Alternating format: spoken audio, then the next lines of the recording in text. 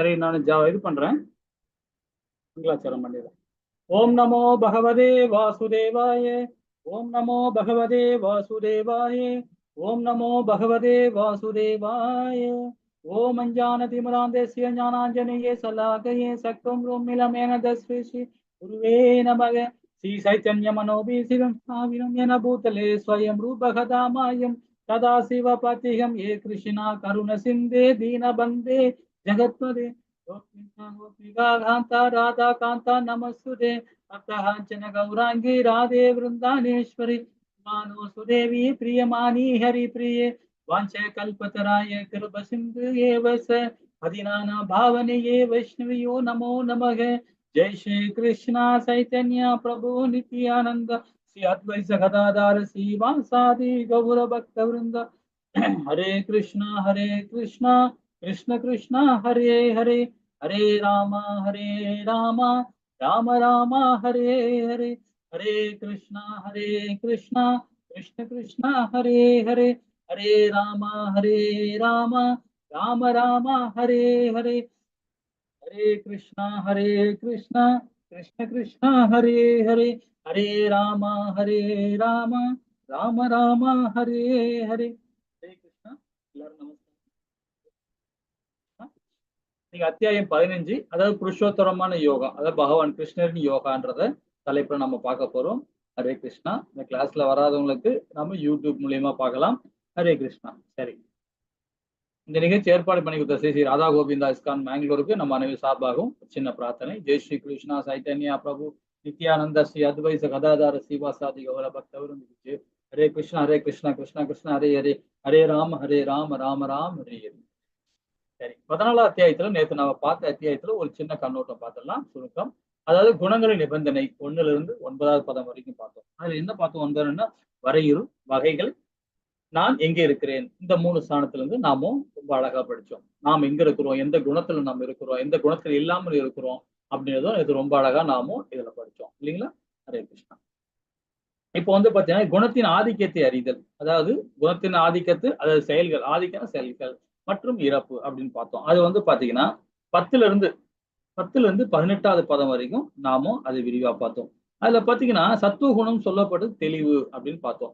ரசோ குணம் சொல்றது பதட்டம். அதே தமோ குணம்ன்றது மாய அப்படின்றத பார்த்தோம் இல்லைங்களா?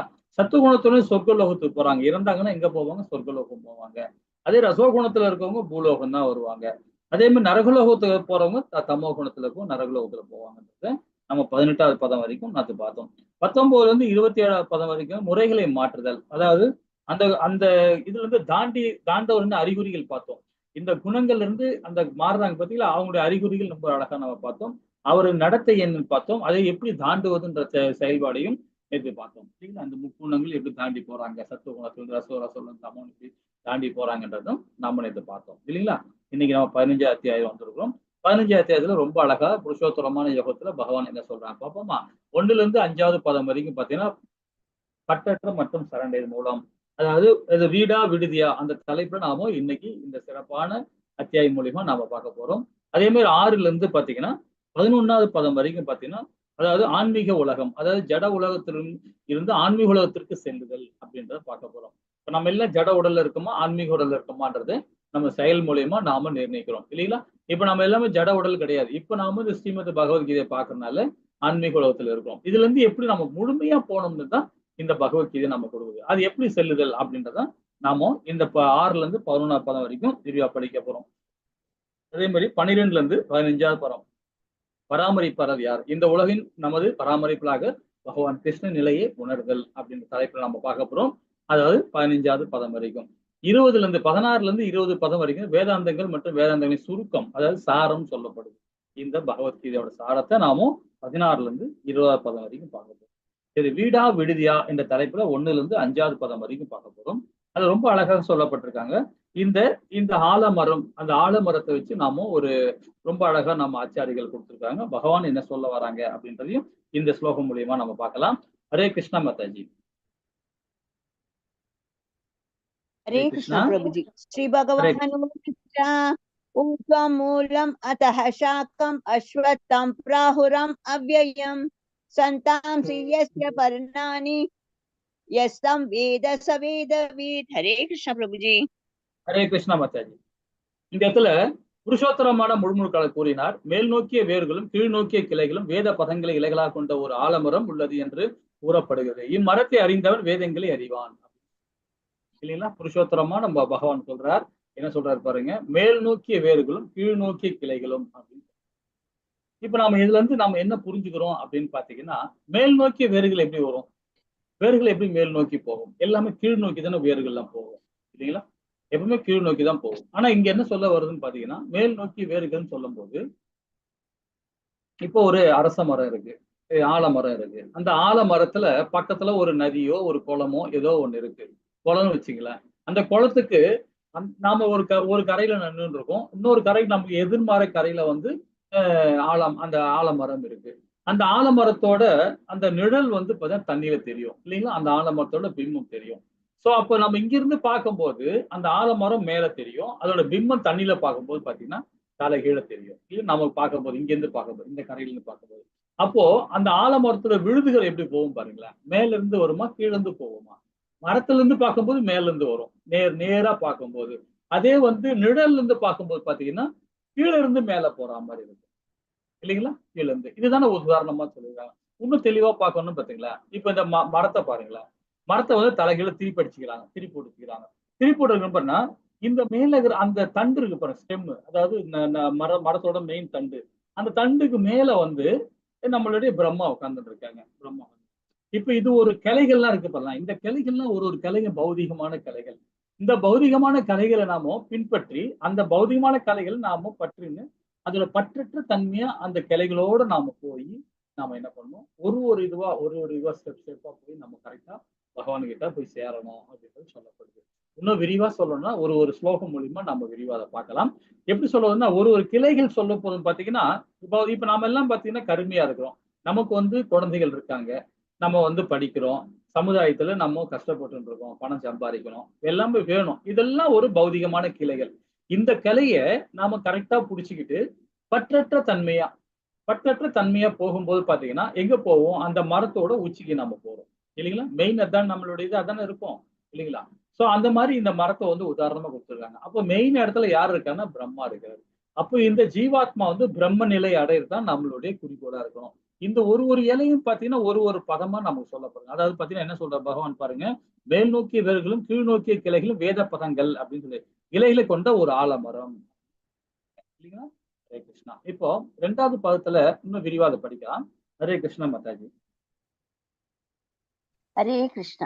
अथ श्रोत्वं प्रसूरास तस्य शाखा गुणभ्रवृत विषय प्रावललः अदश्च मूलान्यनुसन्तानि कर्माणो बन्धनि मनुष्यलोके। हरे कृष्ण। ஹரே கிருஷ்ணா.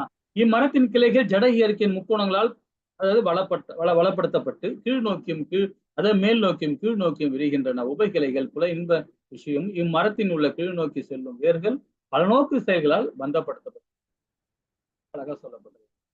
மேல் நோக்கிய வேர்களும் மேல் நோக்கி கீழ் நோக்கி விரிகின்றன. இப்போ நாம படத்துல பாக்குறோம் பாத்தீங்களா, இந்த பிக்சர்ல பாக்குறோம். இது ஒரு மரத்தோட இது வந்து மேல் மரம் கிடையாது, இது வந்து வேறு. இவன் நிலத்துல உள்ள வேறு. எப்பவுமே ஒரு மரம் எப்படி எந்த அளவுக்கு மேல விரிஞ்சு இருக்கிறோம், மேல வந்து விரிகிறோம், அதே அளவுக்கு கீழே வந்து பாத்தீங்கன்னா வேர் ரொம்ப ஸ்ட்ராங்கா இந்த மாதிரி விரிஞ்சு ஸ்ட்ராங்கா இருக்கும், இல்லைங்களா? இது நம்ம வேதங்கள்ல இந்த மாதிரி நம்ம ஒரு நார்மலா இது பாக்குறது, இது பௌதிக தன்மையோட நம்ம பார்த்தாலும் ஆன்மீக தன்மையில பார்த்தாலும் இதுதான் உண்மையா தெரியும். ஆனா இதுல என்ன சொல்லப்பட்டதுன்னா, இந்த உபக்கிளைகள் சொல்லப்படுறாங்க பாத்தீங்களா, இது புலன்ப விஷயங்கள் வரும்போது இம்மரத்தின் உள்ள கீழ் நோக்கி செல்லும் வேர்கள் பல்நோக்கு செயலா பந்தப்பட்டுள்ளன. இப்ப அந்த மரத்தை வந்து நாம ஒரு கிளையா சொல்றோம், அது வந்து பௌதிகமான கிளை. அந்த கிளையை நாம வந்து அதை பற்றோட இருந்து போகும்போது பாத்தீங்கன்னா அப்ப நாம என்ன பண்றோம் பாருங்க, அந்த கிளை வந்து ரொம்ப ஸ்ட்ராங் ஆகுது. அப்ப ஸ்ட்ராங் ஆகும்போது நம்ம என்ன பண்ணுவோம், அந்த பற்றோட இருக்கும்போது அப்ப நம்ம என்ன குணத்துல இருக்கிறோமோ அந்த குணத்துக்கு தகுந்த மாதிரி நம்முடைய செயல்பாடு, நம்மளுடைய வீழ்ச்சிக்கான காரணத்தை நாமும் அதிலே புரிஞ்சுக்கலாம். அதான் சொல்றாரு. அதாவது இம்மரத்தின் உள்ள கீழ் நோக்கி செல்லும் வேர்கள் பல நோக்கு செயல்களால் பந்தப்படுத்தப்பட்டுள்ளன. பற்றோட இருக்கும் போது பாத்தீங்கன்னா கண்டிப்பாக நம்ம பந்தப்படுத்தோம், இல்லைங்களா? அதே 3-4 பாருங்க, இன்னும் விரிவா பகவான் கொடுக்குறாரு பாருங்க. ஹரே கிருஷ்ணா மாதாஜி. 3வது 4வது ஸ்லோகம். हरे कृष्ण। न रूपम् अस्येह ततोपलप्यते नान्तो चादिन सम्प्रदिष्टा अश्वत्थम् येन सुविरूढमूलम् असङ्गशस्त्रेण दृढेन चित्तवा ततः पदं परिमार्गितव्यम् यस्मिन् कदात निर्वर्तन्ति भूयः तम् एवं सात्यं पुरुषं प्रपद्ये यतः प्रवृत्तिः प्रसृता पुराणी. हरे कृष्ण. ஹரே கிருஷ்ணா. இம்மரத்தின் உண்மை உருவம் இவ்வுலகில் காணப்படக்கூடியதல்ல. இது எங்கு முடிகிறது, எங்கு தொடங்குகிறது, அல்லது இதன் அஸ்திவாரம் எங்கே இருக்கிறது என்பதை அதாவது யாராலும் புரிந்து கொள்ள முடியாது. ஆனால் பலமாக வேறொன்று இந்த மரத்தின் பற்றின்மை என்னும் ஆயுதத்தால் உறுதியோடு வெட்டி சாய்க்க வேண்டும். அதன் பின்னர் எங்கே செல்வதால் மீண்டும் திரும்பி வருவதில்லை. இந்த இடத்தை நாடி அங்கே யாரிடம் இருந்து எங்கு தொடங்குகிறதோ, யாரிடமிருந்து எல்லாம் விரிவடைகிறதோ அந்த பரமபுருஷ பகவானை சரணடைய வேண்டும். இப்போ இந்த பௌதிகமான மரத்தை நம்ம சொல்லினுக்கிறோம். இது வந்து நிழல். இந்த நிழல் வச்சு, ஆனா நிழல்ன்றது பாத்தீங்கன்னா நிஜமாகுமா? கண்டிப்பா நிஜமாகாது. நிஜத்தோட பிரதிபலிப்பு தான் இந்த நிழல் சொல்றது, இல்லைங்களா?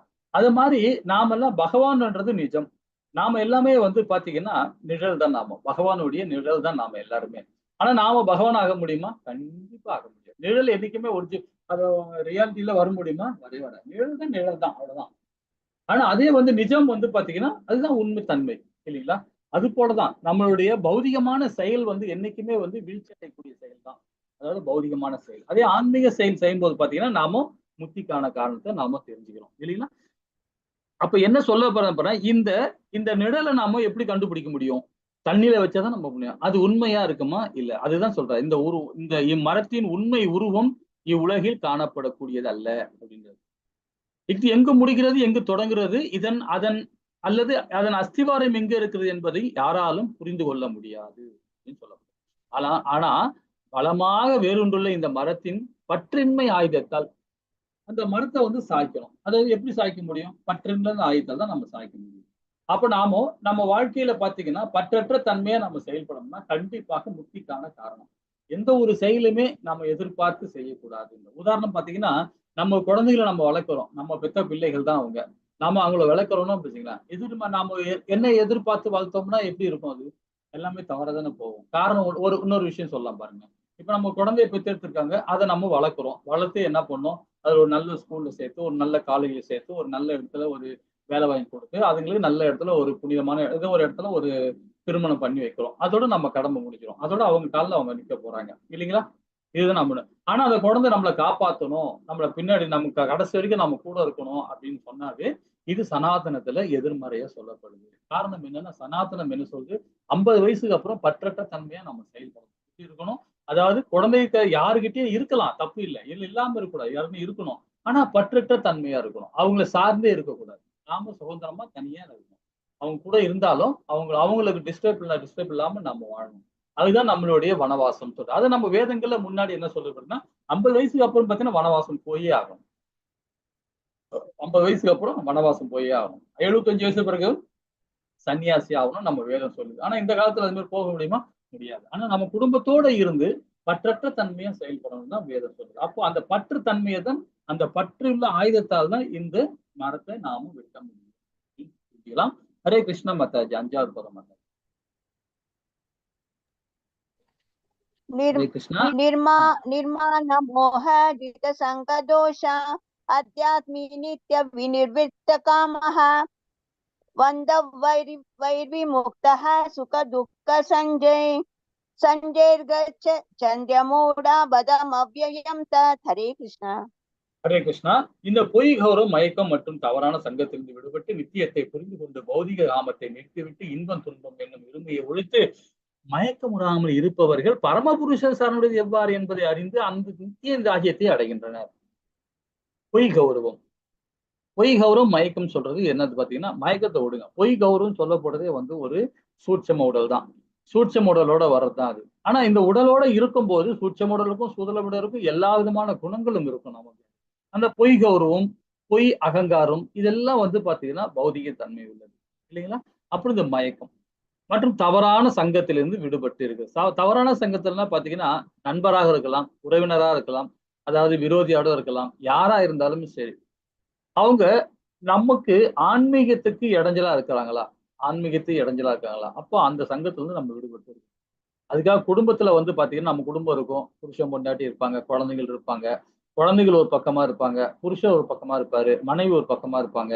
ஏதோ ஒரு கடவுள கும்பிட்டுட்டே இருப்பாங்க. ஏதோ ஒரு கடவுள கும்பிட்டுக்கிட்டே இருப்பாங்க.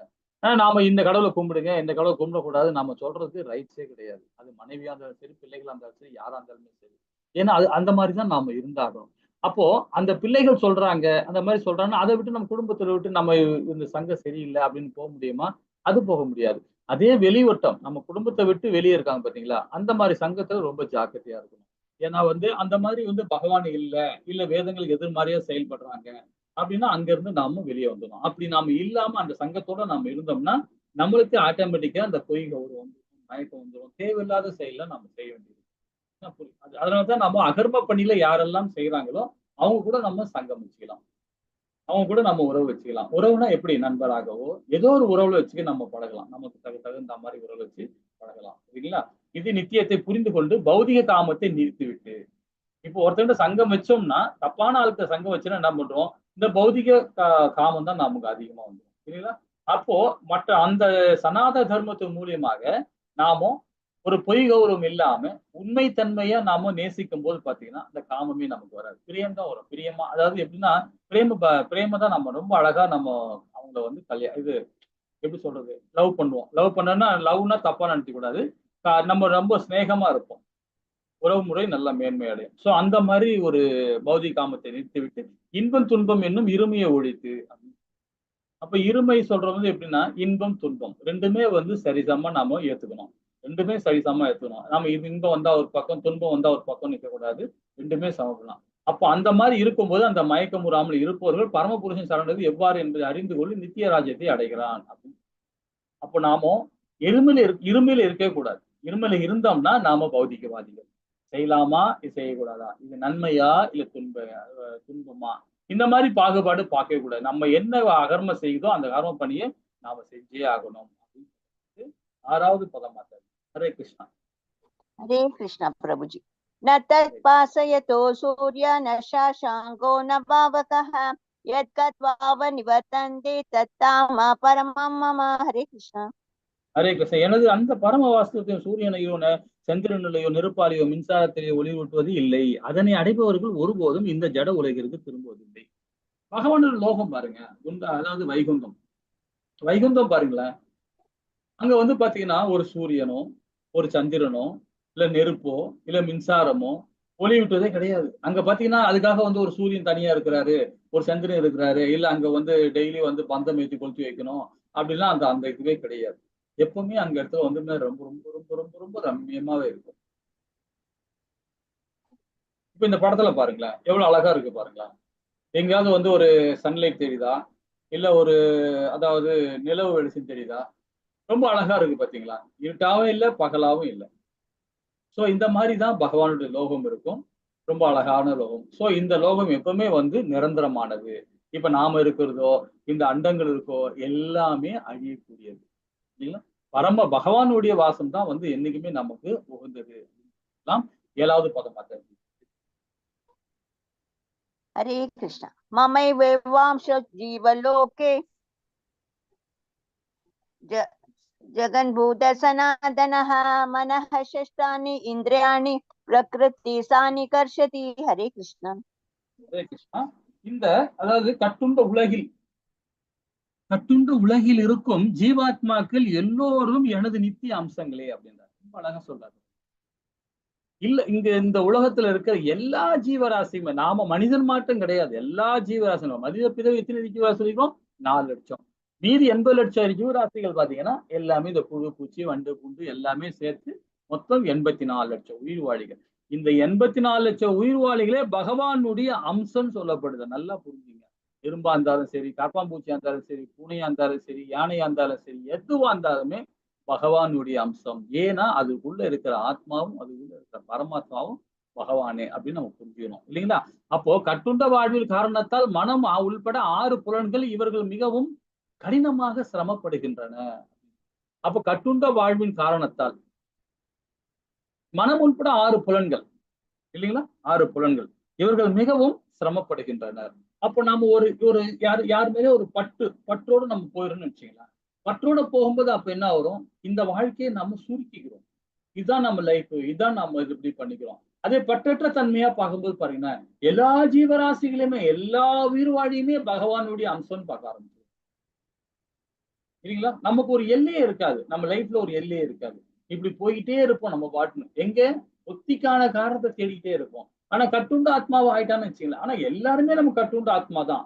அந்த அதாவது ஆன்மீக தன்மையில போகும்போது பாத்தீங்கன்னா, ஏன்னா பகவான் நமக்கு சுதந்திரம் கொடுத்துருக்கிறார். இயற்கையை எப்படி அனுபவியா இல்ல ஆன்மீகத்தை வரியா எது ஒன்னாலும் செஞ்சுக்கணும் தான் சுதந்திரம் கொடுத்துருக்காரு. ஆன்மீகத்தை செஞ்சீங்கன்னா நீ முக்தி கிடைவா, என்கிட்ட வந்துடுவ. பௌதிகத்துல இருந்தீங்கன்னா கண்டிப்பாக அது வந்து இங்கதான் திருப்பி பிறந்தாகணும். உன்னுடைய பாவம் புண்ணியம் ஏத்த மாதிரி இங்கதான் பிறக்க போறோம் இல்லைங்களா? அப்ப நாம எப்படி பிறப்பாருங்க? கட்டுண்ட வாழ்வின் காரணத்தால் மனம் உள்பட 6 புலன்கள் மிகவும் கடினமாக சிரமப்படுகின்றன. மாதாஜி, ஹரே கிருஷ்ணா. कृष्ण शरीरं यत् अवाप्नोति यच्चाप्युत्क्रामदीश्वरः ग्रहेत् वैदानि संयादि वायुर्कन्तानि वाशयात्. हरे कृष्ण. ஹரே கிருஷ்ணா மாதாஜி. காட்டு நறுமணத்தை தாங்கி செல்வது போல ஜட உலகில் இருக்கும் உயிர்வாழி ஒரு உடலில் இருந்து மற்றொரு உடலுக்கு வாழ்வின் பல்வேறு உணர்களை சுமந்து செல்கின்ற இவ்வாறு ஒரு வகையான உடலை பெற்று பின்னர் மீண்டும் வேறொரு உடலை ஏற்பதற்காக இதனை கைவிடுகிறான் அப்படின்னு சொல்லுவோம் இல்லைங்களா? இப்போ நாம வந்து இந்த வாழ்நாள்ல இப்ப வாழ்ந்துட்டு இருக்கோம். இப்ப நாம வந்து கட்டுண்ட ஆத்மா தான் நம்ம எல்லாருமே. அது ஒரு பக்கம் இருக்கட்டும். இந்த உடல் நாம சொல்லியிருக்கோம். இது என்ன உடல்? சூதர உடல். உள்ளகிற ஆத்மா வந்து அது பகவானுடைய நித்திய சேவகன் சொல்லுவோம். இன்னொரு கண்ணுக்கு தெரியாத உடல் ஒண்ணு இருக்கு. அதுதான் சூட்சம உடல்னு சொல்லப்படும். சூட்சம உடல்னு சொல்லப்படும். இப்போ இந்த இந்த உடலை வச்சுக்கிட்டு நாம என்ன பண்றோம்? ஒரு பௌதிகமான ஒரு செயல் செஞ்சோம்னா கண்டிப்பாக அந்த பொய் அகங்காரம், அந்த மனம், புத்தி இது எங்க இருக்கும்? சூட்சம உடல்ல இருக்கும். சூட்சம உடல்ல இருக்கும் அந்த பௌதிகமான செயல். இந்த உடலை நம்ம விட்டுட்டோம்னு வச்சுக்கலாம். இந்த உடலை துறக்கிறோம். இந்த உடலை நம்ம இறக்குறோம். இறந்தோம்னா இந்த உடல் மாத்திரம் தான் அழியுமே தவிர உள்ளகிற சூட்சம உடல் அழியுமா? அது அழியாது. ஏன்னா நம்ம அழிக்கல. நாம வந்து பௌதிகத்துல செயல்பட்டிருக்கோம் இல்லைங்களா? பற்றோட செயல்பட்டிருக்கோம். அப்போ நம்ம அந்த உடல் அழியாது. அப்ப அந்த உடல் அழியாம இருக்கும்போது அதுல வந்து பொய் அகங்காரம், மனம், புத்தி இதோட செயல்பாடு இருக்கும். எப்போ இந்த வாழ்நாள்ல நம்ம என்னெல்லாம் செயல்பட்டோமோ, என்னெல்லாம் அகங்காரம் இருந்தோ, பொய் அகங்காரம் இருந்தோ, என்னெல்லாம் மனம் இருந்ததோ, என்னெல்லாம் புத்தி இருந்ததோ அது அப்படியே அங்கதான் இருக்கும். அப்படியே பதிவாயிருக்கும். ஒரு வீடியோ கேசட்ல பதிவு பண்ணி அடுத்த வீடியோ மற்ற வீட்டுல கொடுக்கும்போது எப்படி போறோம்? அதே மாதிரிதான் இது. இப்போ அடுத்த உடல் நமக்கு கிடைக்கும். நம்ம இறந்த பிறகு என்ன பண்ணுவோம்? நம்ம என்ன பாவம் புண்ணியம் பண்ணியிருக்கோமோ அந்த உடல் நமக்கு கிடைக்கும் போது அந்த உடலோட இப்போ ஒண்ணும் இல்லை, ஒரு மானா ஆயிட்டோம்னு வச்சுக்கலாம். ஒரு மானோட அடுத்த பிரிவுல வரும். ஏன்னா ஜடபரத கதை தானே வரும். ஸ்ரீமத் பாகவத்துல சொல்ல மாட்டேன். அப்போ அந்த மானோட போயிட்டாருன்னா உடல் தான் மாறி இருக்குமே தவிர உள்ளகிற சூட்சம உடல் மாறாது. போன ஜென்மத்தில் நாம என்ன பாவம் பண்ணமோ, என்ன புண்ணியம் பண்ணமோ, என்ன பொய் அகங்காரம் இருந்தோ, என்ன புத்திக்குதோ, எந்த எந்த இது இருக்கோ அது அப்படியே வந்து அந்த உடலோட வந்துடும் இல்லைங்களா? அதுதான் இங்க சொல்றாரு. காற்று நறுமணை தாங்கி செல்வது போல அப்படின்றாரு. அப்ப ஜட உடலில் இருக்கும் உயிர் வாழி ஒரு உடலில் இருந்து மற்றொரு உடலுக்கு வாழ்வின் பல்வேறு உணவுகளை சுமந்து செல்கின்றன. இங்க இங்க இங்க இருந்து ஒரு ஒரு காற்று அடிக்கும் போது இங்க ஒரு ஒரு மாதிரி ஒரு ஸ்மெல்லு, நல்ல ஸ்மெல்லு வருது. ஒரு ஊதுவத்தி கொளுத்தி வைக்கணும்னு வச்சுக்கலாம். அந்த ஊதுவத்தி பக்கத்து ரூம்ல இருக்கும்போது, ஒரு பக்கத்து ரூம்ல இருக்கும்போது பாத்தீங்கன்னா இந்த காற்று அங்க போகும்போது அந்த ஸ்மெல்லோட அங்க போய் சேரும்போது அங்கேயும் நல்லா இதா இருக்கு. அதே மாதிரிதான் இந்த இந்த உடலை வச்சிருக்கிற ஆத்மா இந்த உடலை விட்ட பிறகு உள்ள இருக்கிற அந்த நறுமணம், உள்ள இருக்கிற நறுமணம், அந்த நறுமணம் அடுத்த உடல்லையும் இருக்கும். சிம்பிளா சொல்ல போனா இல்லைங்களா? அதுதான் சொல்றாரு. உயிர்வாழி உடலிருந்து மற்றொரு உடலுக்கு பல்வேறு உணர்வுகளை சுமந்து செல்கின்றன. நாம என்ன பாவம் புண்ணியமோ அந்த உணர்வோடு தான் அது இருக்கும். அப்ப அடுத்த உடல்ல போகும்போது பாத்தீங்கன்னா அப்ப அங்க அந்த உடல்ல வச்சுக்கிட்டு நம்ம என்ன காரியம் பண்றோமோ அதுக்கேத்த உடல் அடுத்த உடல் கிடைக்கும். இப்படியேதான் மாறி மாறி மாறி போயிருக்கும். இது பௌதிகமானது. அதே வந்து ஆன்மீகமானதுன்னு பாத்தீங்கன்னா ஆன்மீக தன்மையோட பகவானை மையப்படுத்தி பகவானோட உணர்வோட செயல்படும் போது இந்த வாழ்நாளிலேயே அந்த சூட்சம உடலே அழிஞ்சிடும். கண்ணுக்கு தெரியாத பொய் அகங்காரம், மனம், புத்தி அதுவும் கூட சேர்ந்தே அழிஞ்சிடும். அந்த உடலோட சேர்ந்து அழிஞ்சிடும். ஆத்மா மட்டும்தான் இருக்கும். அந்த ஆத்மா எங்க போகும்? தனியுமே எங்க போவாரு? நேர வைகுண்டம் தான். சச்சித்தானந்தமா பகவான் கிட்ட போய் சேருவார் இல்லைங்களா? ஹரே கிருஷ்ணா. 9வது பதம் என்ன சொல்லு பாப்போமா? ஹரே கிருஷ்ணா மதன். हरे कृष्ण श्रोत्रं स सुस्पर्शनं स रसनं घ्राणम् एव च अधिष्ठाय मनसायं विषयानुपसेवते இவ்வாறு வேறொரு ஸ்தூல உடலை பெறும் உயிர்வாழி மனதை மையமாக கொண்டுள்ள ஒரு குறிப்பிட்ட விதமான காது, கண், நாக்கு, மூக்கு, தொடுபுலன் ஆகியவற்றை அடைகிறான். இதன் மூலம் குறிப்பிட்ட புலனின்ப விஷயங்களை அவன் அனுபவிக்கின்றான். ஹரே கிருஷ்ணா. ஹரே கிருஷ்ணா மாதாஜி. இப்போ நம்ம போன ஸ்லோகத்துக்கு படிச்சோம் பார்த்தீங்களா, அதோட கண்டினியூட்டி தான் இது. அப்போ வேறு உடல் சொல்லும் போது பாத்தீங்கன்னா அது என்ன உடல் கிடைக்குதோ, நாம என்ன பாவம் புண்ணியம் பண்றோமோ அதுக்கேத்த உடல். இப்ப இந்த உடலோட இப்ப நாம இருக்கிறோம், இந்த உடலோட நாம இருக்கிறோம்னு வச்சுக்கலாம்.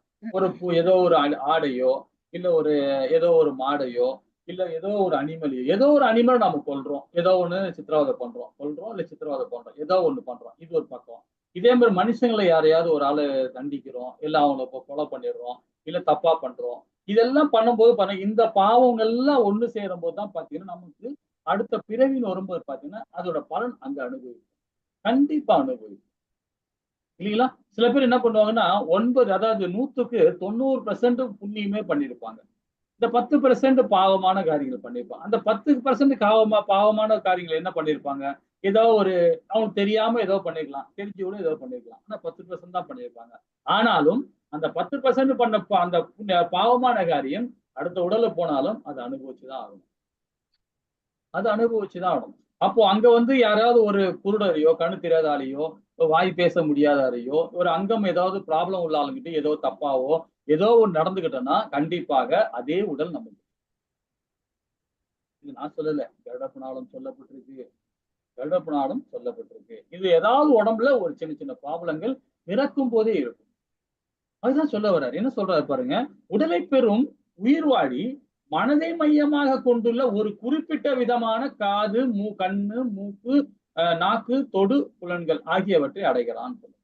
நாம் என்ன மாதிரி செயல்படுறோமோ, என்ன மாதிரி பாவகாரங்கள் புண்ணியமோ, என்ன மாதிரி புண்ணிய காரியங்கள் பண்றோமோ அதுக்கேத்த உடல் அடுத்த பிறவி நமக்கு கிடைக்கும். இதன் மூலம் குறிப்பிட்ட புலன் இன்ப அவன் அனுபவிக்கிறான் அப்படின்னு சொல்லப்படுது. எந்த பாவமே செய்யல, ஏதோ ஒரு கொஞ்சம் பண்ணிருக்கோம், தெரிஞ்சோ தெரியாமலும் பண்ணிட்டோம், அதுக்கு பாத்தீங்கன்னா இந்த மாதிரி விஷயங்கள் நடக்காது. ஆனா ஏன்னா நம்ம பக்தி யோகத்துல பண்ணும்போது நம்ம பாவங்கள்லாம் பகவான் எடுத்துக்கிறார், தப்பு இல்லை, எடுத்துக்கிறாரு. ஆனா அது எப்படிப்பட்ட பாவங்கள்ன்றத கருட புராணத்துல நம்ம அது ஒரு கிளாஸ் ஒன்று எடுப்போம். கருட புராணத்துல என்னென்ன சொல்லப்பட்டிருக்குன்னா, ஏன்னா அவ்வளவு சாராம்சம் அதுல இருக்கு. 90% பண்ணிட்டு 10% மட்டும் பண்ணி விடுங்க, அவருக்கு எப்படி பனிஷ்மெண்டா அப்படின்ட்டு எல்லாமே கேள்வி கேட்பாங்க. ஏன்னா இங்க ஒரு சின்ன ஒரு கதை கூட சொல்றேன் பாருங்களேன். மாண்டேஸ்வரன் ஒரு பெரிய ஒரு ஞானி இருக்கிறார். அவர் ஒரு பெரிய ஒரு சப்த ரிஷி. அவர் என்ன பண்றாரு பாத்தீங்கன்னா, அவருக்கு ஒரு அரண்மனையில உட்காந்து அவர் அரண்மனையில அவரோட குடியில உட்காந்துட்டு தவம் பண்ணிட்டு இருக்காரு பகவானுக்கு. தவம் பண்ணிட்டு இருக்கும்போது அந்த நேரத்துல ஒரு 2-3 திருடர்கள் வந்துடுறாங்க. 2-3 திருடர்கள் வந்துட்டு என்ன பண்றாங்க, அவரோட குடிலுக்குள்ள போய் ஒளிஞ்சுக்கிறாங்க. ஒளிஞ்சது மாத்திரம் இல்லாம அவனுக்கு கொள்ளடிச்சுட்டு வந்த நகைகளை தந்து அவருடைய நாணியோட அந்த துறவிக்கு உட்காந்துக்கிற சிம்மாசனத்துக்கு கீழே வச்சுட்டு ஒளிஞ்சுக்கிறானுங்க. ஆனா கரெக்டா அந்த காவலாளிகள் அந்த ஊர் காவலாளிக்கு கரெக்டா அந்த ஊரில் பார்த்த உடனே இவங்களை திருடங்களை பிடிச்சிடுறாங்க. அந்த காவலாளிகள் பிடிச்சது மாத்திரம் இல்ல, நகைகள்லாம் எங்கடான்னு கேட்டா அவர் உட்காந்துக்கிறாரு, அவர் கீழே தான் இருக்கு அப்படின்ட்டாங்க.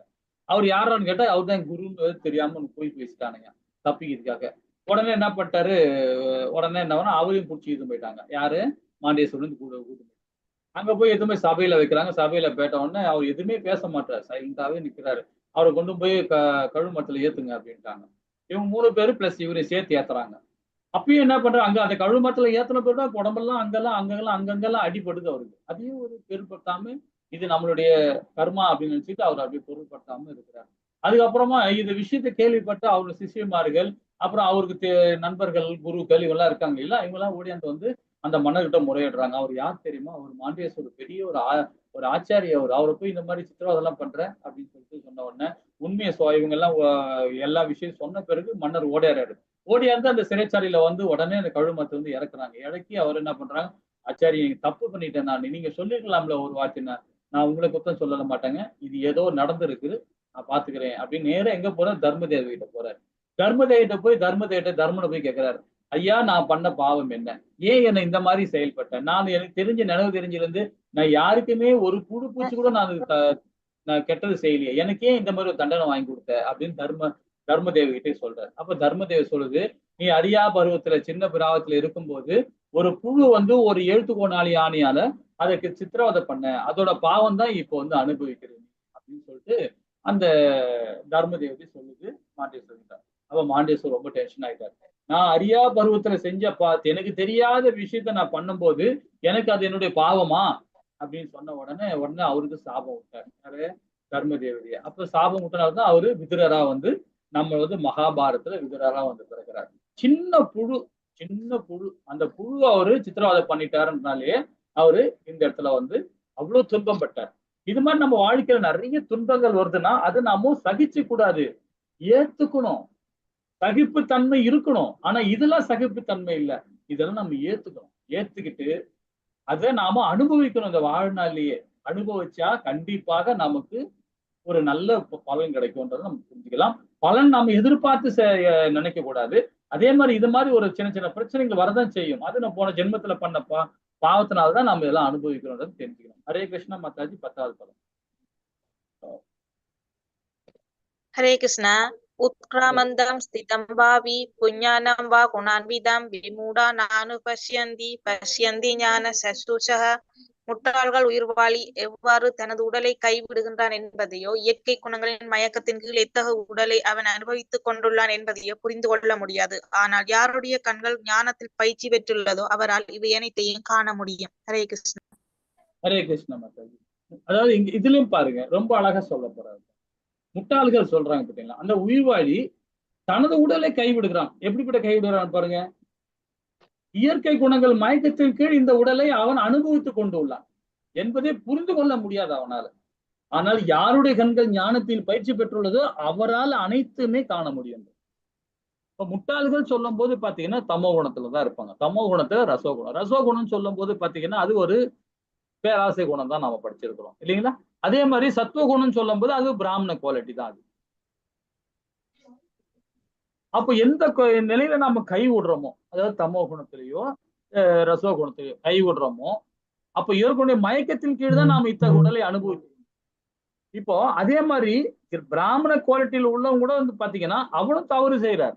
அவரும் ஈகோ பண்றாரு. நிறைய வேதம் படிச்சுட்டேன், அதை படிச்சிருக்கேன், இதை படிச்சிருக்கேன் அப்படின்னு சொல்லிட்டு தலகம் பிடிச்சுன்னு அலைவாங்க. சோ அவங்களுக்கு சேர்த்துதான் இதை சொல்றாரு. அப்ப அனுபவித்துக் கொண்டுள்ள என்பதை புரிந்து கொள்ளவே முடியாது. ஆனால் யாருடைய கண்கள் ஞானத்தில் பயிற்சி பெற்றுள்ளதோ அவரால் இவை அனைத்தையுமே காண முடியும். அப்போ இந்த பௌதிகமான உடலை வச்சிருந்தாலும் நாம அனநேய பக்தியில நாம பண்ணும்போது பாத்தீங்கன்னா கண்டிப்பாக நம்ம செஞ்ச பாவம் எல்லாம் போகும். கண்டிப்பா முக்திக்கான காரியத்தை நாம் கண்டுபிடிச்சிருவோம் இல்லைங்களா. ஹரே கிருஷ்ணா. 11-12வது பதம் படிக்கிறீங்களா? ஹரே கிருஷ்ணா மாதாஜி. हरे कृष्ण। यतन्ता योगिनश्चैनम् अनन्तं यात्मनं व्यवस्थितं यदन्तो यप्रकृतात्मनो नैनं पश्यन्ते सेदसः यत् आदित्यं कदं तेजो जगत् पासयत अखिलं यश्चन्द्रमसि यच्चक्नौ तत्तेजो विद्धि मामकम्। हरे कृष्ण। ஹரே கிருஷ்ணா மாதாஜி. ஹரே கிருஷ்ணா. 11ல பாருங்க, தன்னுணர்வில் நிலை பெற்ற முயற்சி செய்யும் ஆன்மீகவாதிகள் இவற்றையெல்லாம் தெளிவாக காண முடியும்ன்ற தன்னுணர்வு அடைஞ்ச ஆத்மாக்கள். நாம யாரு, என்ன பண்றோம், என்ன செஞ்சுட்டு இருக்கோம், நம்ம எதுக்காக வந்திருக்கிறோம்ன்றத அந்த உணர்வு அடைகிறான் பாத்தீங்கன்னா, தன் உணர்வு அடைகிறான் பாருங்க. அது அடையும் போதுதான் அவன் தான் ஆன்மீகவாதி. அவனால்தான் இதெல்லாம் தெளிவா புரிஞ்சுக்க முடியும். ஆனால் வளர்ச்சி பெறாத மனமுடையவர்கள் தன்னுணர்வு நிலை பெறாதவர்களும் முயற்சி செய்தாலும் கூட என்ன நடக்குது என்பதை காண இயலாது. அப்போ நாம ஒரு பௌதிகமான குணத்துல இருக்கும்போது நாம தன்னுணர்வு அடையிறதுக்கு நாமும் அந்த நிலையை எப்படியாவது அடையணும் அப்படின்னு நினைக்கலாம் பாத்தீங்களா. அதுவே ரசோகுணம் சொல்லப்படுது. அதுவே ரசோகுணம். இப்ப தன்னுணர்வுன்னு சொல்லும் போது என்ன பண்றோம், நாம யாரு, எதுக்காக வந்திருக்கிறோம், என்ன செய்யணும், என்ன செய்யக்கூடாது நம்ம உணர்வு அடையதான் தன்னுணர்வு. அந்த நிலையை அடையறதுக்காக ஒரு பௌதிகவாதி செயல்படுறான்னு நினைச்சுங்களேன், கண்டிப்பா வந்து தன்னுணர்வு அடைஞ்சிருவான். அதே வந்து அது தெரிஞ்சுக்கிட்டு திரும்பவும் பௌதிகமான உடலை தேடி போறான், பௌதிகமான செயலை செய்யறான். அதாவது புலன் கிளர்ச்சிக்காக அந்த செயலை செய்யறான்னா கண்டிப்பாக அவன்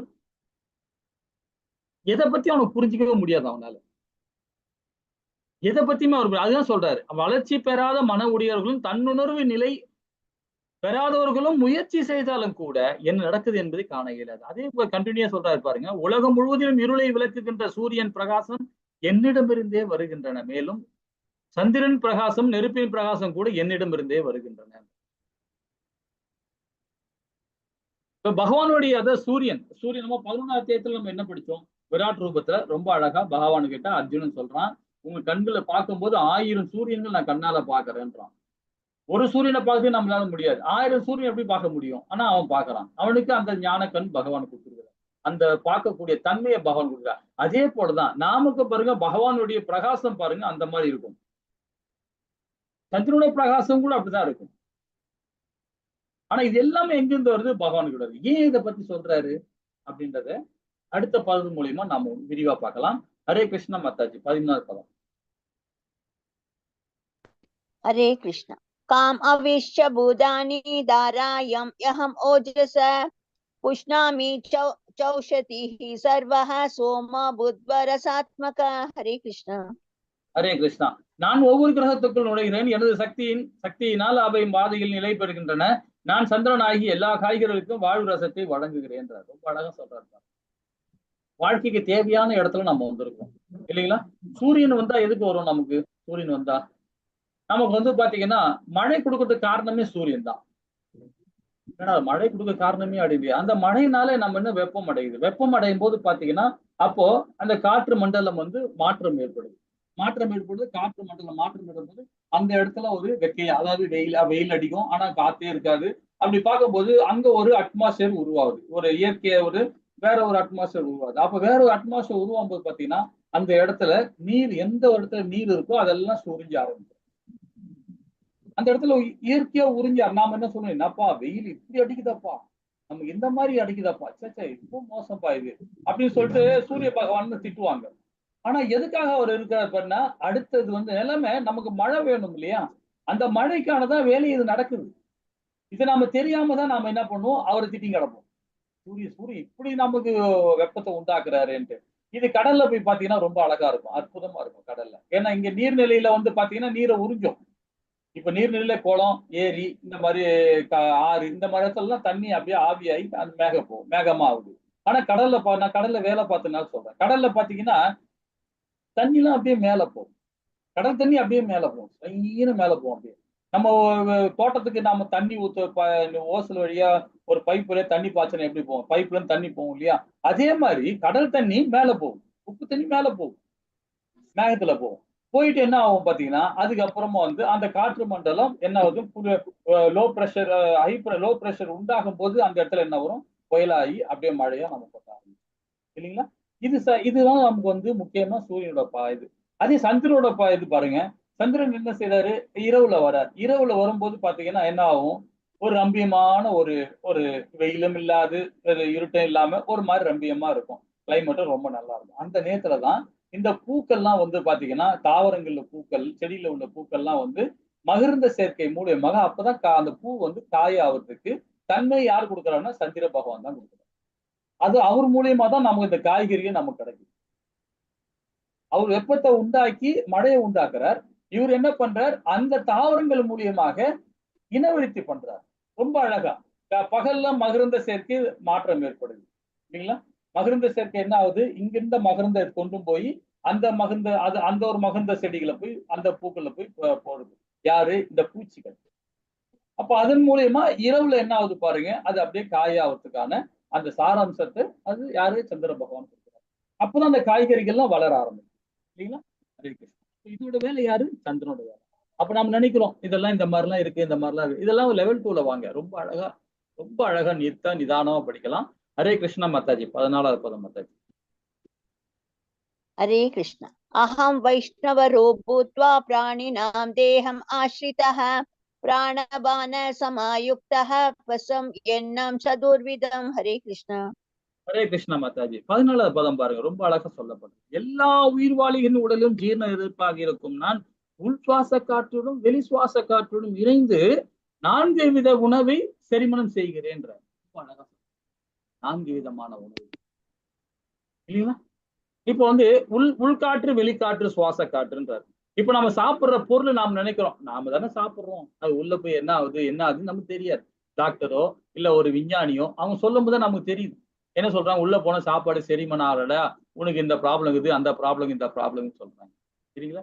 இதெல்லாம் யாரு உருவாக்குறா? நாம தான் உருவாக்கிறோம். இதெல்லாம் ஒரு சயின்ஸ். இது நிறைய விஷயங்கள் நம்ம பேசிக்கிட்டே இருக்கலாம் இல்லைங்களா? இப்போ அது பேசணும்னா இப்ப நமக்கு இந்த கிளாஸே பத்தாது. காரணம் என்ன சொல்றாருன்னா, உள்ள இருக்கிற பகவான் வந்து அக்னி மூலமா இருக்கிறார் உள்ள. அக்னி பகவானை வச்சு அவர் என்ன பண்றாரு, அங்க உணவை செரிமனமாக்குறாரு. இப்ப நாம ஒரு சுவாச காற்று கொடுக்குறோம். சுவாசம் வந்து உள்ள இழுக்கிறோம், திருப்பி வெளியே விடுறோம் அந்த காத்தை, இல்லைங்களா? இது நாம தெரிஞ்சா விடுறோம். இப்ப நம்ம பேசிக்கிட்டே இருக்கோம், நம்ம ஏதோ ஒரு செயல்பட்டுக்கிட்டே இருக்கோம். அப்ப அந்த உணர்வு நம்ம இருக்குமா? காத்து உள்ள போறது வெளியே போறது தெரியுமா? கண்டிப்பா தெரியாது, இல்லைங்களா? அந்த காற்றிலேயும் பகவான் தான் இருக்கு. காற்று அதிபதியே பகவான் தான். இந்த உடலோட அதிபதியே பகவான் தான். இதை செயல்படுத்ததும் பகவான் தான். உணவை கொடுத்ததும் பகவான் தான். அந்த உணவு உள்ள நம்ம முழுங்குறது மட்டும் தான் நாமளா இருப்போம். செரிமனம் பண்றதும் பகவான் தான். அது வெளியே கழிவை கொடுக்கறதும் பகவான் தான். அந்த கழிவை சுத்தகரி பண்றதும் பகவான் தான். சாப்பிடுறோமே, இந்த 4 வகையான உணவு சொல்றாரு பாருங்க. நக்கி சாப்பிடுறது, சப்பி சாப்பிடுறது, மென்னு சாப்பிடுறது. இது 4மே 4 வகையான உணவுகள். புரிஞ்சு சாப்பிடுறது. இந்த 4மே வந்து பாத்தீங்கன்னா அதை செரிமனம் பண்றதுக்கு பகவான் தான். இப்ப நம்ம கையை என்ன பண்ணுவோம், நக்கி நக்கி சாப்பிடுவோம். ரொம்ப அற்புதமா சாப்பிடும். நம்ம ஆச்சாரமா தான் சொல்லுது. கையில ஒரு பருக்கையும் கூடாது, கையில ஒரு சாரும் இருக்கக்கூடாது. கையை ஒரு விரலா விட்டு நக்கி நக்கி சாப்பிடும். இது ஒரு தன்மை. இதுக்கும் பகவான் செரிமனம் பண்றாரு. உறிஞ்சி சாப்பிடுறது, தண்ணி உறிஞ்சி குடிக்கிறோம் இல்லையா? ஒரு ஸ்ட்ரா போட்டு ஏதோ உறிஞ்சிடுல, அந்த சாப்பிடுற தன்மையும் பகவான் செரிமனம் பண்றாரு. மென்னு சாப்பிடுறது, இது மாதிரி 4 வகையான உணவை செரிமனம் பண்றாரு. என்னதான் பண்றது? அப்ப தானியமா அவர் தான் கொடுத்துறார், எல்லா விதமான உணவையும் அவர் தான் கொடுத்துறார். செரிமனம் பண்ற இடத்துலயும் உட்கார்ந்து இருக்கார். கழிவையும் அந்த கழிவை நாம தள்ளி விடுறோம், அதையும் அவர் சுத்திகரிப்பு பண்றார். எல்லாமே அவர் தான் பண்றார். அப்ப நான் என்ற அகந்திலும் நாம சுத்தின்னு இருக்கோம், இல்லைங்களா? ஹரே கிருஷ்ணா. இன்னும் விரிவா படிக்கலாம். 15ல என்ன சொல்றாரு பார்ப்போம். ஹரே கிருஷ்ணா மாதா. हरे कृष्ण। सर्वस्यं शाहुहृदिं सन्निविष्टो समृद्धिर्ज्ञानम् अपोहनच्च वेदश्च सर्वम् अहं ये वैद्यो वेदान्तकृत् वेदवित् एव सः। हरे कृष्ण। ஹரே கிருஷ்ணா. நான் எல்லோருடைய இதயத்திலும் வீற்றுள்ளேன், என்னிடமிருந்தே ஞாபக சக்தி அறிவும் மறதியும் உண்டாக்குறேன்ற. அப்ப எல்லா வேதங்களும் அறியப்பட வேண்டியவன் நானே. உண்மையில் வேதாந்தத்தை தொகுத்தவனு, வேதங்களை அறிபவனும் நானே. இப்ப ஞான சுகியா இருந்து பகவான் நமக்கு கொடுக்குறாரு. போன அத்தியாயத்துல அதான் படிச்சோம். நாம் ஞான சுகினா யாருன்னு படிச்சோம். இப்ப இந்த இடத்துல நமக்கு பகவான் ரொம்ப அழகா கொடுக்குறாரு பாருங்க. இப்ப இந்த இடத்துல வாங்கல, ஒரு படத்தை நம்ம பார்த்துட்டு இருக்கோம். இப்போ 3 பேர் உட்கார்ந்துட்டு இருக்காங்க. 3 ஆத்மாக்கள் என்ன பண்றாங்க? அழகா பகவானுக்கு சமையல் பண்ணிட்டு இருக்கிறாங்க, பிரசாதம் ரெடி பண்ணிட்டு இருக்காங்க. உணவு ரெடி பண்ணி பகவானுக்கு பிரசாதமா அதை வந்து உணவு வச்ச பிறகு அது நமக்கு பிரசாதமா வருது, மகா பிரசாதமா வருது. அதே வந்து இது வந்து என்ன செயல் சொல்லுவாங்க? இது ஆன்மீகவாதிகள். பகவான் எல்லார் இதயத்திலையும் வீட்டிருக்கிறார், இல்லைங்களா? அந்த தன்மையில செய்யறோம். இதே வந்து பாத்தீங்கன்னா ஒரு ஹோட்டல்ல வேலை செய்யறவங்க, ஒரு ஏதோ ஒரு ஃபங்க்ஷன்ல வேலை பார்க்கறவங்க, சமையல் வேலை பார்க்கறவங்க, அவங்க இதயத்துக்குள்ள பரமாத்மா இருக்காரு, அவருக்குள்ளேயும் ஆத்மா இருக்கு. ஆனா அவங்க செயல்பாடு எப்படி இருக்கு? பணத்துக்காக அவங்க என்ன பண்றாங்க? ஹோட்டல்ல வேலை பார்க்கறாங்க, ஒரு ஃபங்க்ஷனுக்கு வேலை பார்க்கறாங்க. அதுவும் காசுக்காக தானே. ஆனா இது காசா? இது காசு கிடையாது. இதுவும் செயல் தான், அதுவும் செயல் தான். இந்த 2 வேறுபாடு இருக்கு பாத்தீங்களா? இதுதான் ரொம்ப இம்பார்ட்டன்ட். சரி, இது ஒரு பக்கம் இருக்கு. இப்போ என்ன சொல்றாரு? ஞாபக மருதியை பத்தி கொடுக்குறாரு. ஞாபக மருதியும் சரி, அதாவது ஞாபக சக்தியும் அறிவும் மருதியும் உண்டாக்குறன்றார். இப்ப ஞாபக சக்தின்னு பாத்தீங்கன்னா, போன பிறவில நாம என்னெல்லாம் செஞ்சோம், என்னெல்லாம் பண்ணோம் அப்படின்றத நமக்கு ஞாபகப்படுத்த முடியுமா? நீங்க நினைச்சு பாருங்களேன். கண்டிப்பா 100% முடியாது. அந்த மறதியை நமக்கு கொடுத்துறாரு. ஆனா கண்ணுக்கு தெரியாத சூட்சம உடல் ஒண்ணு பாத்தீங்களா, அதுல கொடுத்துறாரு. அந்த ஞானம் நமக்கு வேணும் இல்லையா? அந்த அறிவையும் நமக்கு கொடுக்குறாரு. சூட்சம உடல்ல இருக்கிற என்ன இருக்கோ அது அறியறதுக்குள்ள ஞானத்தை நமக்கு கொடுக்குறாரு. அது எப்படி வரும்? வேதங்கள் மூலியமா. அது எப்படி வரும்? பகவானை மையப்படுத்தி செயல்பட முடியும் போதுதான். ஆனா மறதின்றது போன ஜென்மத்திலேயோ ஒரு 10 வருஷத்துக்கு முன்னாடியோ நம்ம குழந்தை பருவத்துல செஞ்ச விளையாட்டுல நம்ம ஞாபகப்படுத்த முடியுமா? ஏதோ ஒரு முக்கியமான இம்பார்ட்டன் தான் பண்ண முடியும். எல்லாமே பண்ண முடியுமா? அந்த மறதி பகவான் நம்ம ரொம்ப மறதின்றது ஒரு வரப்பிரசாதம் சொல்லப்படுது வேதம். ஒருத்தர் தப்பு பண்ணிட்டான், நம்மளை அடிச்சுட்டான், திட்டான், ஏதோ ஒண்ணு பண்ணிட்டாரு, ஒரு ஆத்மா நம்மளுக்கு கொடுமை பண்ணிடுச்சு. ஆனா நம்ம என்ன பண்றோம்? அதை கடந்து போயிட்டே இருக்கோம். சரி, முடிஞ்சு போச்சு, அது அவ்வளவுதான். அது அடிச்சுட்டான், திட்டினா, ஏதோ பண்ணிட்டான், முடிஞ்சு போச்சு. அது என்ன பண்றோம்? அதுதான் மறதி. அதை நம்ம விட்டுட்டு என்ன பண்றோம்? அடுத்த வேலையை பார்க்க போறோம். இது இடையில அந்த அந்த ஆத்மா நம்ம எழுத்தாப்புல வந்து நம்ம என்ன பண்ணுவோம்? எப்படி இருக்க, நல்லா இருக்கியா, மிஸ் பண்ணுவோம். மிஸ் பண்ணிட்டு நம்ம போயிடுவோம். இந்த மறதியும் ஒரு வரப்பிரசாதம் தான் நமக்கு. அதே வஞ்சனை வச்சு செய்யும் போது அது பௌதிகமானது. அதே ஆன்மீக விஷயம் செய்யும் போது ஏதோ தவறு நடத்தி நான் தப்பு பண்ணோம் அவன் தப்பு பண்ணானோ அப்படின்னு சொல்லி நம்ம அது யதார்த்தமா விட்டு போறோம் பாத்தீங்களா? அவன் தான் உண்மையான ஞானி, அவன் தான் உண்மையான கர்ம யோகின்னு சொல்ல. அந்த மறதியும் நமக்கு நல்லது. அதே மாதிரி ஞாபக சக்தியும் அறிவையும் கொடுப்பது எப்படி? அது அந்த ஞானத்தோடு இருக்கும் போதுதான் அது நமக்கு கிடைக்கும். அப்போ பகவானை மையப்படுத்தி செய்யணும். அப்பதான் சொல்றாரு எல்லா வேதங்களும் அறியப்பட வேண்டியவன் நானே என்றார். உண்மையில் வேதாந்தத்தை தொகுத்தவனும் வேதங்களை அறிபவனும் நான் என்றார். அந்த அந்த ஞானத்தையும் பகவான் தான் கொடுக்கிறார். 10வது அத்தியாயத்துல வைபவத்துல நம்ம என்ன படிச்சோம் பாருங்க. வேதங்களை தொகுப்பவனும் சரி, வேதங்களை அறிபவனும் சரி, அதுவும் நான் தான் இல்லைங்களா? 16, 17 மாத்திரம். हरे कृष्ण। त्वाम् इमं पुरुषं लोके शशाश्रयेव च शरः सर्वाणि भूतानि कूटस्थो अक्षर उच्यते उत्तम पुरुषस्त्वन्यः परात्मेदयुदाहृतः यो लोके त्रयम् आविश्य विप्रत्यव्यय ईश्वरः। हरे कृष्ण। ஹரே கிருஷ்ணா மாதாஜி. தவறக்கூடியவர் தவறாதவர்கள் என 2 விதமான ஜீவன்கள் உள்ளன. தவறக்கூடியவர்கள் யார்? ஜட உடலில் உள்ள ஜீவன்கள். ஏன் தவறக்கூடியவர்கள்? பௌதிகவாதிகள் கண்டிப்பாக வீழ்ச்சி அடையக்கூடியவர்கள் அப்படின்னு. ஏன்னா இன்பம் துன்பம் லாபம் நஷ்டம் இதெல்லாம் பார்ப்பாங்க. வேற ஜட உடல் இருக்கும். ஒரு பிசினஸ் பண்றாங்க, நஷ்டம் ஆயிடுச்சுன்னா என்ன பண்ணுவாங்க? அடடா பணம் போச்சே அப்படின்னு வருத்தப்படுவாங்க. லாபம் வந்துச்சுன்னா ஓஹோ ரொம்ப நம்ம நல்லா நேர்த்தியா செஞ்சிருக்கோம், நம்ம லாபம் வந்துச்சு அப்படின்னு சந்தோஷப்படும். அதே ஆன்மீகவாதிகள் பாருங்க, அதை பத்தி கவலையே பட மாட்டான். ஆனா தன்னுடைய பணம் போட்ட பிறகு அந்த பணத்துக்கான என்ன நமக்கு தேவையோ அது மாத்திரம் தான் எடுக்க ஆரம்பிப்பான். அதுக்கு மேல எடுக்க மாட்டான். ஒரு ஒரு ஒரு எக்ஸாம்பிள் சொல்றேன். ஒரு பிசினஸ் பண்றோம், ஒரு நல்ல ஒரு தொழில் பண்றோம்னு வச்சுங்களேன். அந்த தொழில் வந்து சமுதாயத்துக்கு மேன்மையடைகிற தொழிலா இருக்கணும். ஆன்மீகவாதி அதுதான் நினைப்பான். பௌதிகவாதி அப்படி நினைக்க மாட்டான். எந்த தொழிலானாலும் பண்ணுவார். ஆனா ஆன்மீகவாதிகள் என்ன பண்ணுவாங்கன்னா, இந்த தொழில் பண்ணா மக்களுக்கு தொல்லை வராது, நோய் வராது, எந்த பிரச்சனையும் இல்லாம செய்யணும் அப்படின்னு நினைப்பவன் ஆன்மீகவாதி. 1. 2வது நம்ம கூட வேலை பார்க்கறவங்களுக்கு கரெக்டான ஊதியம் கொடுக்கணும்னு பார்ப்பான். 3வது முக்கியமான இம்பார்ட்டன்ட் கவர்மெண்ட் கரெக்டா வரி கட்டணும்னு நினைப்பான். ஏன்னா அவனுடைய கடமை அது. சனாதனோட கடமை அதுதான். சனாதனோட கடமை அதுதான். யாருக்குமே தொல்லை கொடுக்க கூடாதுன்றதுதான் அதோட கடமை. அப்போ அவன் கவர்மெண்ட்டுக்கு கரெக்டா வரி கட்டணும், கூட வேலை செய்யறவனு கரெக்டா பண்ணணும். எவ்வளவு லாபம் வருதோ அது இவனுக்கு என்ன தேவையோ அந்த அந்த காலகட்டத்துல நம்ம ஒரு சொசைட்டில என்ன நமக்கு தேவையோ அது மாத்திரம் எடுத்து அந்த எவ்வளவு தேவையோ அது மாத்திரம் தான் எடுப்பான். யாரு? ஆன்மீகவாதி. அதுல ஒரு லாபம் வருதுன்னு வச்சுக்கலாம். அந்த லாபத்தை ஏதாவது ஒண்ணு வேலை செய்யறவங்களுக்கு போனஸா கொடுக்கலாமா அப்படின்னு யோசனை போகணும். இவன் ஆன்மீகவாதி. எல்லாரும் சரிசமமா எடுக்கணும்னு நினைப்பான். கவர்மெண்ட்டும் இருக்கணும், அதே மாதிரி இப்ப வேலை செய்யறவனும் இருக்கணும், கரெக்டா எல்லாருக்கும் ஊதியம் கரெக்டா கொடுக்கணும், தனக்கு என்ன தேவையோ அதை எடுத்துக்கணும், அதிகமா எடுக்கக்கூடாது. நமக்கு என்ன வேணுமோ அது மட்டும் தான் எடுக்கணும். அந்த பணத்துக்குள்ள வட்டி அது என்னமோ, அது பணத்துக்குள்ள எவ்வளவோ ப்ராஃபிட்டோ அதுல இருந்து எடுத்து இந்த மாதிரி பண்ணணும். ஸோ இது வந்து பாத்தீங்கன்னா அந்த ஆன்மீகத்தன்மை உள்ளவன் கரெக்டா செய்வான். இவன் தவறாதவன் சொல்லணும். தவறக்கூடியவர் தப்பு தப்பா செஞ்சு மாட்டிப்பான்.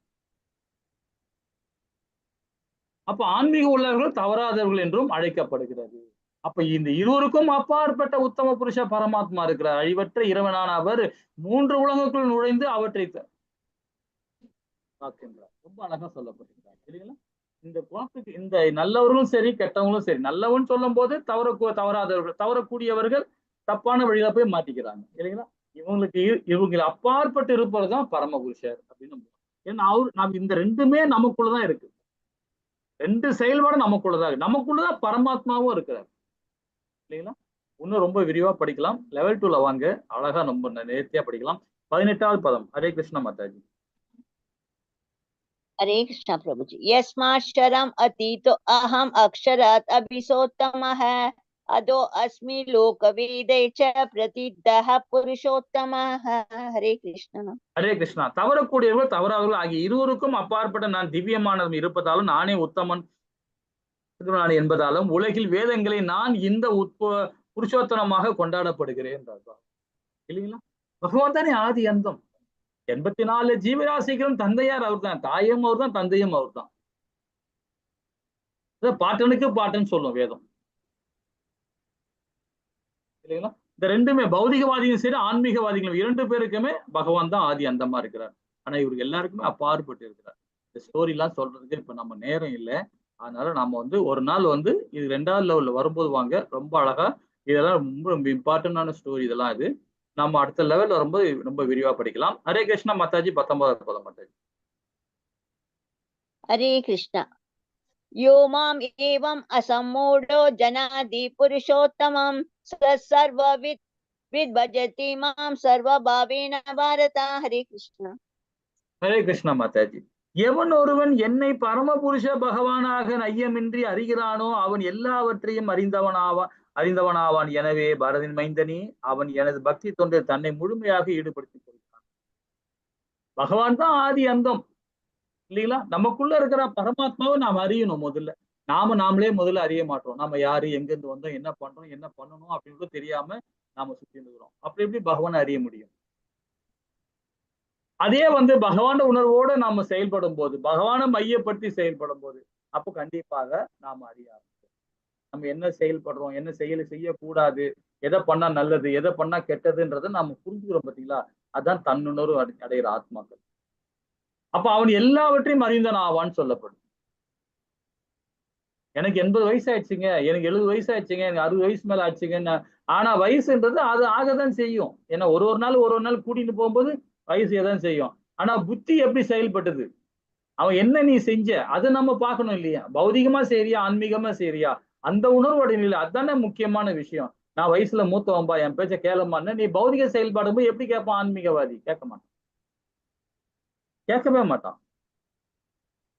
உன் வேலை நீ பாரு, என் வேலையை பாரு, அப்படிதான் போவான் ஆன்மீகவாதி. ஏன்னா சரி, ஓகே, அது அவரோட சங்கத்தை வந்து விலக பார்ப்பாரு. ஏதோ ஆன்மீகவாதி இல்லைங்களா? ஹரே கிருஷ்ணா. சரி, இப்ப இந்த இடத்துல 20வது பதத்துல கடைசி பதம் என்ன சொல்றாரு பாப்போம். ஹரே கிருஷ்ணா மாதா. ஹரே கிருஷ்ணா. இதி குக்கியதமம் சாஸ்திரம் இதம் முக்தம் மயானக ஏதத் புத்வா புத்திமான் ஸ்யாத் கிருத கிருத்யஸ்ய பாரதஹ. வேத சாஸ்திரங்களின் மிக மிக ரகசியமான பகுதி இதுவே.